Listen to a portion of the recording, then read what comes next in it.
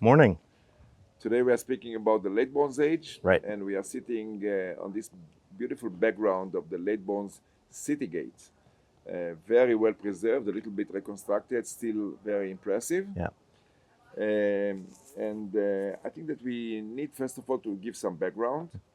So the Late Bronze Age, we are speaking about the period of time between 1550, 1550 BC, as the beginning, the transition from the Middle Bronze Age, on which we spoke already, and the end of the Late Bronze Age, around somewhere in the late 12th century into the beginning, perhaps even as late as the beginning of the 11th century for Megiddo, already within maybe the beginning of the Iron One. So this is the chronological framework.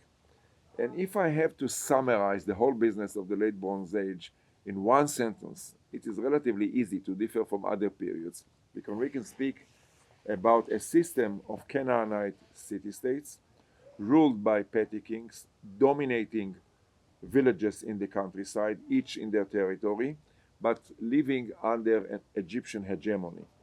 Because for the period of time between somewhere in the middle of the 15th century until somewhere in the middle of the 12th century, for a long period of time, perhaps over 300 years, Canaan was under Egyptian domination, direct Egyptian domination. It was a province of the Egyptian empire of the New Kingdom. And another thing to say about the Late Bronze as some sort of an introduction is to mention that this is the first period for which we have really more historical information. I say more because there's a little bit also for the Middle Bronze Age, but Right. in the Late Bronze Age, we'll speak about it later, historical information records coming basically from Egypt. So this is the background, and if now let's turn to Megiddo, and let me turn to you, Matt, and ask you, tell me a little bit about the layout of the site. How did Megiddo look like in the Late Bronze Age? Good. What we have to remember first is that the Late Bronze Age is very much a continuation of the Middle Bronze Age that we spoke about last time. And in particular, if you can remember the Middle Bronze Age fortification system with this big system of walls that goes all the way around the city. And we talked about the buildup of the city within those walls, such that by the end of the Middle Bronze Age, they're building houses on top of the city wall. And I think this is a really important thing to keep in mind for some of the discussions that we're going to have here. By the beginning of the Late Bronze Age, Megiddo probably looked like a muffin with a big wall around it, with the city kind of poking up over top and sitting on the top. But to differ from what people used to say, maybe a generation ago, it is still fortified because the city wall of the Middle Bronze Age and the ramparts are still standing, and it's perhaps even better fortified because there are houses on top. That's right, that's right. So the site is clearly fortified, but it's like living on a cliff, Yeah, cliff fortification. Right. And that's important for understanding this gate as well. This gate and the plaza that we're sitting in is actually dug down at the beginning of the Late Bronze Age into the underlying strata, into the underlying cake of this muffin, in order to provide an easier access from the lower city, that is down below, and the upper city, which is the majority of the tell. And so we're sitting in this plaza that is probably 4 or 5 meters below the floor levels of the buildings of the Late Bronze Age next to us. In particular, to my right, you see this really massive wall that formed a terrace in this plaza to support a palace of the Late Bronze Age. This palace of the Late Bronze Age probably spanned, I don't know if it actually went over our heads and over the gate behind us, but it was on both sides of this plaza, far above. Other features of the site more or less continue just as in the Middle Bronze Age. In the cultic area, there's a massive temple that was already in existence in the Middle Bronze Age and still functioning today. And around there and other parts of the site, the continuation of the domestic activity that we saw already in Area K in the Middle Bronze Age. The palace is really exceptional. I mean, when Chicago first started uncovering it, they found a few phases, 3 major phases, but the walls were standing 3 meters high. And inside, they found the remains of, for example, this cache of Ivories, which is very iconic for Megiddo today. Yeah. That's right. You can see them, some of them at the Rockefeller Museum in Jerusalem and also some at the University of Chicago. And they represent Canaanite themes kind of twisted with an Egyptian spin, which I think very much represents the late Bronze Age here. Canaanite under Egyptian authority. Yes, indeed. And this is also, I think the palace is also a demonstration of how archaeology looked like 90 years ago, something like that, 85, 90 years ago, because when they excavated it, after a while, they wanted to continue working and digging down below, so they simply removed the building. So this is one of the most beautiful edifices ever excavated, definitely for in the land of Israel, definitely for the late Bronze Age, a beautiful building. There are even some hints that there were frescoes, you know, right, on the walls. But this was, you know, the 30s of the 20th century. You know, Palestine of that time was not the center of the world, so to speak, if I can say so. And all this was lost because nobody could think then about, you know, our century, living in 2022 and thinking about tourism today, people right, interested and so on. So this beautiful building just went down the dump. I'm very happy it did, because our understanding of the Middle Bronze Age here at Megiddo really depends on seeing what was below that palace. Yeah. So maybe this is the moment to turn to chronology. Okay. I think to go into to zoom in on the chronology. So Megiddo is really the key site for establishing the chronology of the late Bronze in Canaan and beyond. And this is for several reasons. So we have recently conducted a study here of the different layers that we are excavating from the beginning of the late Bronze to the end. By the way, this terminology, middle bronze, late bronze, comes from basically typology of ceramics, right? I mean, otherwise, we could have said that the late bronze starts with the Egyptian hegemony in the 15th century, not in the 16th. But leave this aside, we carried out excavation here and exposed the layers, the floors and the buildings and so on in domestic areas where changes are faster than in a palace like right, this over here. And then, of course, we, as we mentioned in the beginning in our introduction talk, everything is radiocarbon dated, so we know well. And here we were able, first of all, to support one theory. That there has been some sort of a dispute recently on the transition from the Middle Bronze to the Late Bronze. Right. And we were able to kind of put a verdict, so to speak, because of our work on radiocarbon. The transition is in the middle of this, around the middle of the 16th century. No less important is what we are doing at the end of the late Bronze Age, because, you know, there is a destruction here. The palace here next to us was destroyed, and this is why it was so well preserved, because everything collapsed inside and the building was really well preserved. Now, we always have a notion of a strike on a city, destruction, and end of the story, right? But here at Megiddo, we had a really unique chance to go into details, because we excavated, you know, this destruction layer, or the latest phases of the late Bronze Age in different areas. And what we see all in all is that the city declined gradually. It took time. So there is one disturbance in the area of the palace, for instance, around 1200 BC. This is the typical or classical date for the end of the Bronze Age, but not really, because we can see later another disturbance in another area of the site, let's say in the 30s of the 12th century, 1130 or so. And this probably can be associated with the pullout of Egypt from Canaan in the days of Ramesses VI, the king of the 20th dynasty, the pharaoh of the 20th dynasty in Egypt. And then we have another place at the site where we have the real final act, showing us that the real final destruction is a bit later, around 1100 BC, or even slightly later, which means already in the Iron One, what we call the Iron One. It shows you how flexible we need to be when we think about history, to differ from our own archaeological terminology. We are used to work in rubrics, you know, late bronze, Iron One, and so on. But it was a gradual process. And in fact, we see that Megiddo managed to survive a while after the pullout of Egypt. But the pullout of Egypt is really the end of the late Bronze Age, and signifying, you know, the main phase of the crisis years because the end of Megiddo of the Late Bronze Age is part of a much bigger picture of the collapse of civilization in the entire Eastern Mediterranean and the ancient Near East. And of course, don't forget the Aegean chronology here. I mean, we have a Sure. lot of Aegean finds from throughout the Late Bronze Age that tie very nicely into our stratigraphy, into our radiocarbon chronology.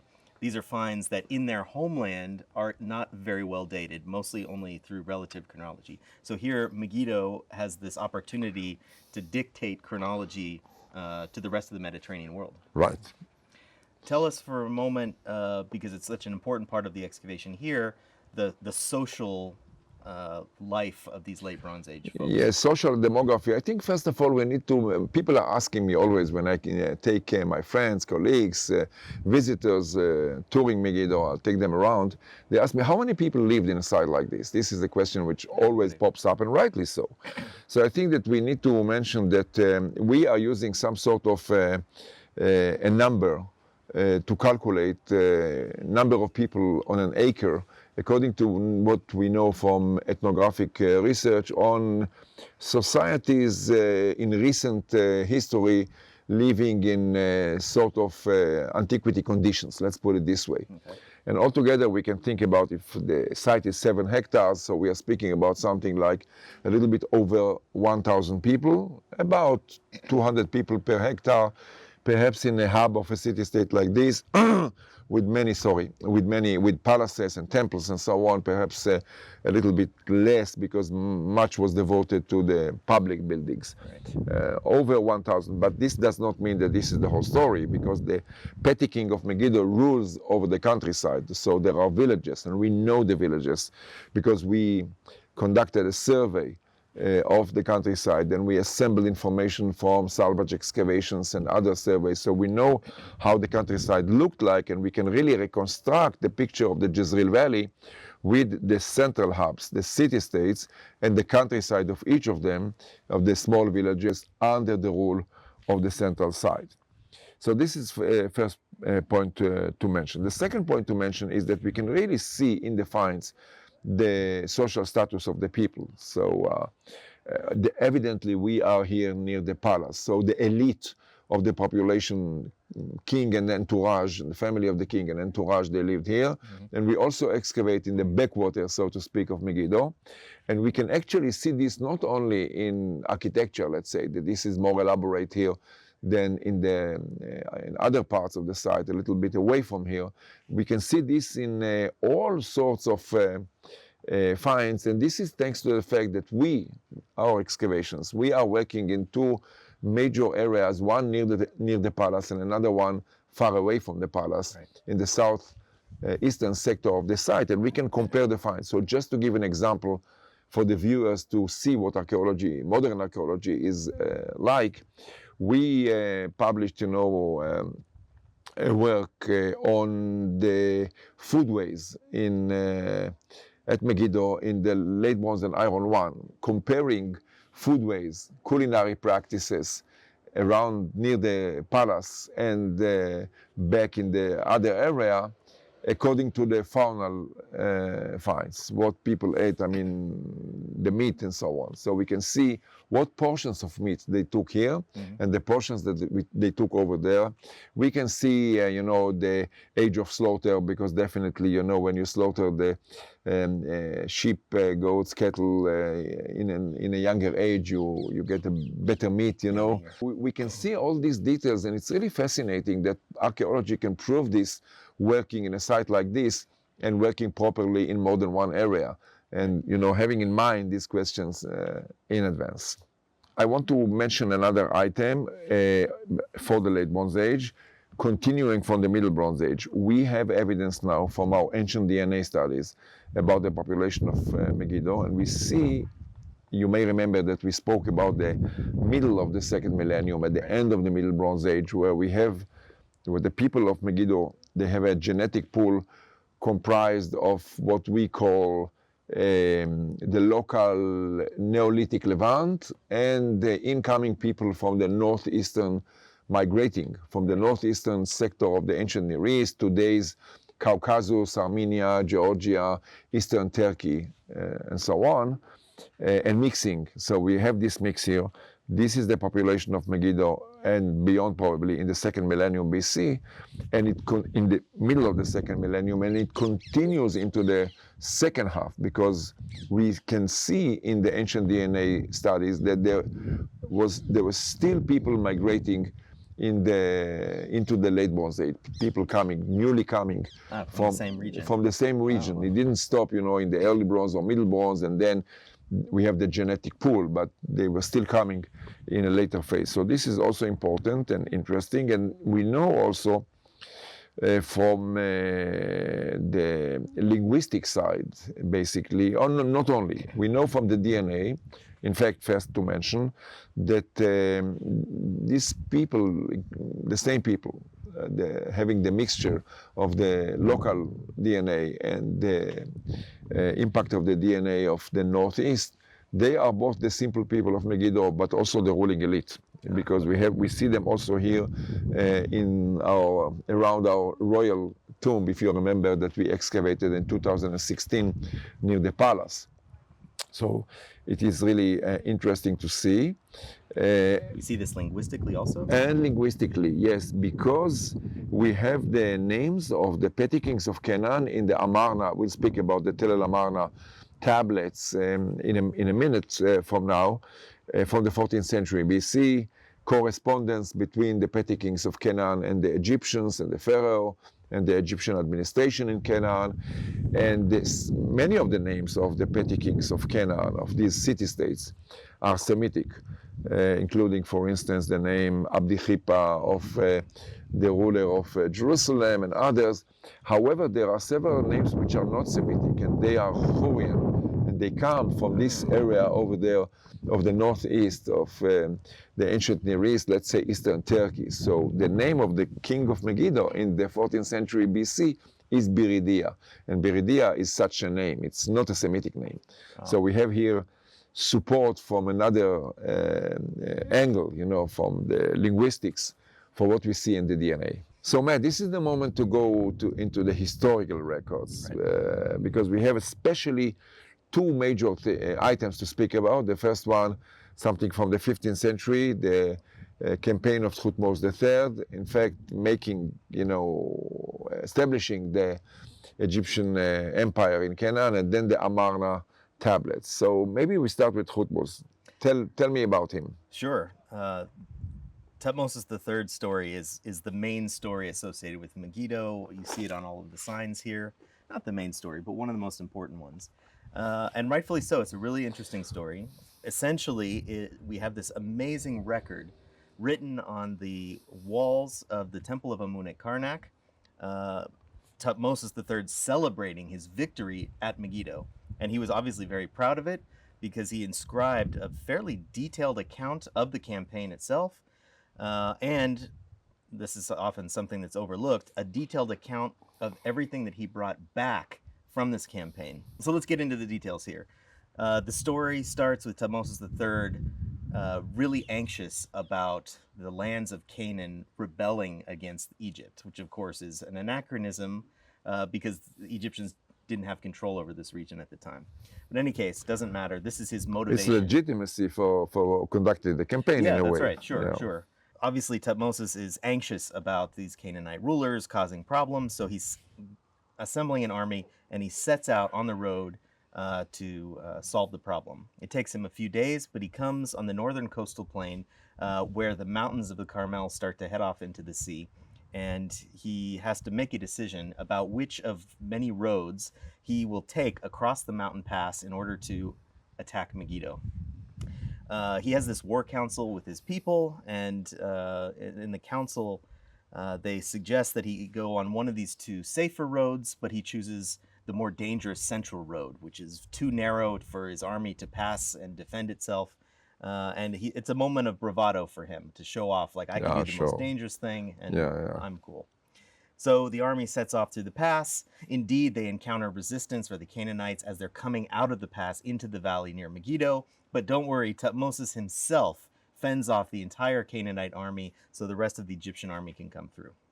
Great, that's wonderful. Another battle ensues the following morning, just here in the plain outside of Megiddo. and the Egyptian troops rout the Canaanites, no problem, but they make one fatal mistake. They stop to looting. They stop to loot the bodies of the Canaanites, and that gives the Canaanites a chance to get back into the city and lock the doors. Okay, so now Tuthmosis has Lock a the problem. doors. Lock the doors. That's right. This gate right here. For the next several months, Tuthmosis III laid siege to Megiddo. He claims to have built a wall around the city, a moat around the city, and set up a little fortified camp for himself. Eventually, everyone inside gets really hungry, and they beg Tuthmosis to let them out. And he has one condition, two conditions. One, give me everything. And two, you have to swear allegiance to me.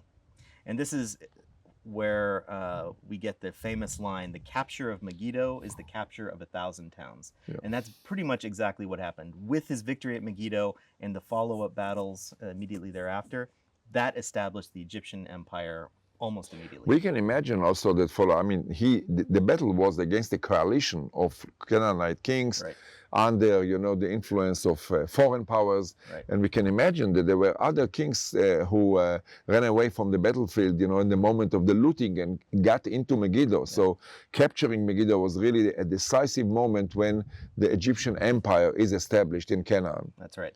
The other important Egyptian record, in fact, or related to Egypt for Canaan is a bit later, because Tuthmosis is somewhere in the 15th century, not very late in the 15th century, and we are now turning to the middle of the 14th century. Basically, we don't know much historically about Canaan in the late Bronze Age, and here we are in the 14th century sitting in a theater, and all of a sudden, the screen opens and we see things, in detail, because we have this wonderful archive of almost 400 letters written in cuneiform script in Akkadian, sent by the petty kings of Canaan to Egypt or to the Egyptian administration, and some letters back to them, and also correspondence between the major powers of the time. And there is difference, of course, in the way that they correspond, because they address the big kings, they address each other as my brother, and the petty kings is a different story. They, always start with a big flattering to the pharaoh. So you can see also the way of addressing, the monarch, the big pharaoh. And Biridia, the king of Megiddo, is one of them. And from the correspondence, we can really understand much of what happened in Canaan at that time, which means the relationship between the Canaanite city-states, the relationship between the different demographic or social groups, better said perhaps, the town dwellers, the villages, and the nomadic groups, and also a group which can be described as outlaws acting on the periphery. The Apiru, yes, important also later in understanding, perhaps the one way or the other, but not in a direct way, the rise of ancient Israel. So all this we have in the correspondence, which is wonderful, really, and we can in fact even map Canaan of the late Bronze Age, establish quite an accurate map of the city-states. Megiddo was in some sort of a quarrel with the neighboring petty kings, especially the one from the highlands, Labayu, the monarch of Shechem. So there is this struggle between the highlands and the Jezreel Valley, reminding us a little bit about things that happened a bit later in the, let's say, 11th, 10th centuries BC. 300 years later, the rise of ancient Israel and the rise of the Northern Kingdom, approximately along the same lines of conflict, which means that this is the classical situation of the long term, of the longue durée. The things continue because the geography is the same, so things continue also in later generations. We carried out at a time, because some of the places are difficult to identify because either the name is broken of the city or the name does not appear. So there was a little bit of dispute regarding the map, regarding the main city-states. And we carried out, in order to resolve this, we had an idea, my friends Nadav Naaman and Yuval Goren from Tel Aviv and me, to go to the letters themselves and take samples in order to identify the mineralogy. Right. Which means tell you where the clay, from. exactly. Wow.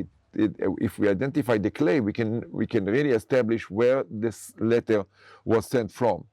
And we checked the letters. We went into the museums in the world where the letters are kept, and we checked most of them. And I can tell you, and this is the good news, that the letters of the king of Megiddo, Biridia, were sent from Megiddo, and we were in fact able to identify the formation on the slope of the tell, the place where the clay was taken from for the letter. So this shows you how modern archaeology, modern research works. So this is really interesting, and it gives us, I think that we can use this as a case study to understand Canaan of the late Bronze Age until the end of this period. Let's turn now to the end of the Bronze Age, because of course this is a very vogue topic these days, and Megiddo has a lot to say about the end of the late Bronze Age. Yes, so indeed we see, as I mentioned before, that the deterioration was gradual. But still we need to give an answer. What happened exactly? What was the cause? What was the prime mover that brought about this collapse? Not only at Megiddo, the entire system of Canaan, the pull out of Egypt from Canaan, and the collapse around us in the Eastern Mediterranean. And in recent years, we have assembled researchers, our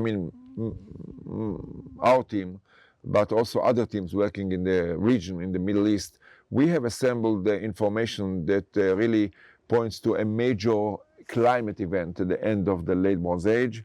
I think that we know together, especially from our own work in the Sea of Galilee, that we are speaking about a period of droughts and probably famine that started around the middle of the 13th century and became worse and worse and continued until around 1100. So a century and a half of a climate crisis, less precipitation. So of course, in a place like Megiddo, this is not the end of the world, because the valley is fertile, and if you get 400 instead of 550 or 450 instead of 550 millimeters of rain per year, it's not the end of the world. However, the Levant is surrounded by steppe regions on the south and east, and some of the major towns are in the steppe regions, such as Damascus, for instance. And in Damascus, if you take from 300 down to 250, this can end in a catastrophe, in a calamity. So, and then because of this event, by the way, is supported by two other media. The first one, the destruction layers in Canaan, which are approximately in the same period of time between 1250 and 1100, and also in the records of the ancient Near East. We read about this crisis in letters from Ugarit along the Syrian coast, from Hatti in the north. There are indications from Egypt that there was this major crisis of food, supply of food, famine, hunger, and so on, between around 1250 and 1100. And because of this, people started moving, and unrest, and the whole wonderful coyness, so to speak, the connection of the ancient Near East under the region, under Egyptian hegemony, the whole thing collapsed, and this was the beginning of the deterioration that brought about the final act in the late 12th century BC. Great. Okay, so that ends the Bronze Age. I think next time we can get right into the Iron Age, because something very different is about to happen. Right.